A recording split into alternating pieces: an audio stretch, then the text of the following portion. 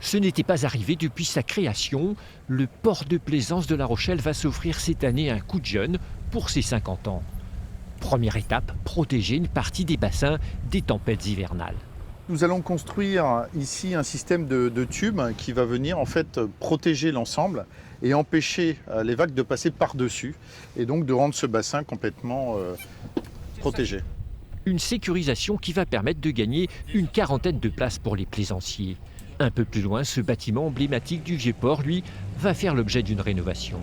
Des travaux vont être menés pour refaire toute la partie inférieure, l'espace qui sert à accueillir les plaisanciers, donc où nous avons des services qui sont à leur disposition et le personnel du Vieux-Port est placé ici également. Ce sont des travaux qui sont nécessaires à l'entretien des ouvrages et nécessaires à l'entretien des bâtiments bien sûr. Autre tranche de travaux, cet ancien local industriel va être transformé en restaurant et accueillir une épicerie.